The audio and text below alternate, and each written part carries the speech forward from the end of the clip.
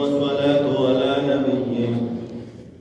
والفضل والعدل والنظم والعظم بالجزم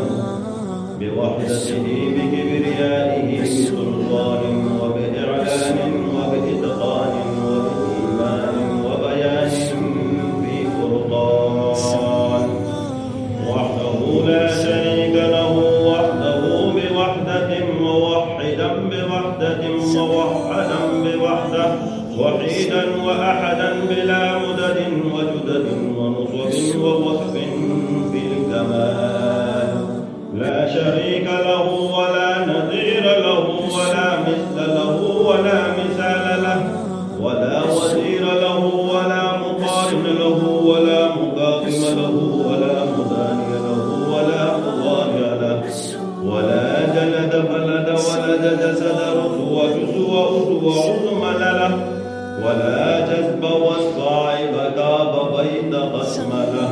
ولا مقارن له ولا مكاتم له ولا مداني له ولا مضارع له ولا مناظر له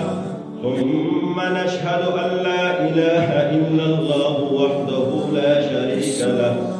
من يشرك في ذاته وصفاته وعاداته وآياته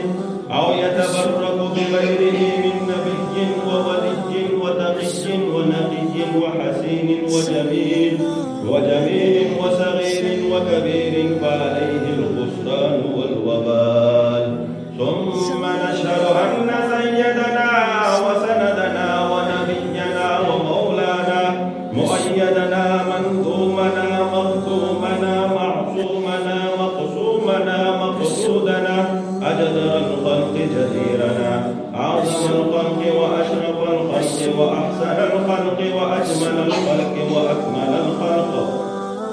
وأنور الخلق من الحسن والسدارة والولاية والحكاية والعناية والهداية والأمانة والإمامة أعلانا وأجلانا وأتقانا وأزهدنا وأرفقنا وأنورنا وأطهرنا وأكبرنا أحمل أنور أجدل أثقل أوسق أنور أجمل أكمل له ثم نشهد أن حبيب ربنا صمدنا محبوب جدلنا ونزلنا ووصلنا إيماننا مبين قرآننا هادي سبيلنا رونق جدراننا هو أطوة رطمة قدوة رتبة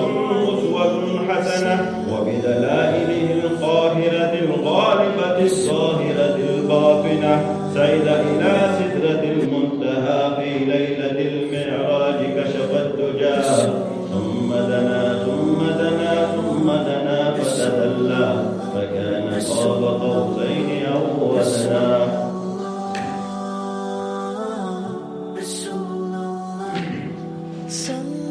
الحمد لله وحده والصلاة والسلام على من لا نبي بعده أما بعد فأعوذ بالله من الشيطان الرجيم بسم الله الرحمن الرحيم لقد قال الله سبحانه وتعالى في القرآن المجيد والقرآن الحميد كنتم خير أمة أخرجت للناس تأمرون بالمعروف وتنهون عن المنكر وتؤمنون بالله وقال النبي صلى الله عليه وسلم نصر الله من أحسن مقالة وقال النبي صلى الله عليه وسلم الدعاء مخ العبادة وقال النبي صلى الله عليه وسلم من صلى علي يوم الجمعة 80 مرة غفر الله ذنوب 80 عاما أو كما قال عليه الصلاة والسلام سبحان ربك رب العزة عما يصفون وسلام على المرسلين والحمد لله رب العالمين صلى الله عليه وسلم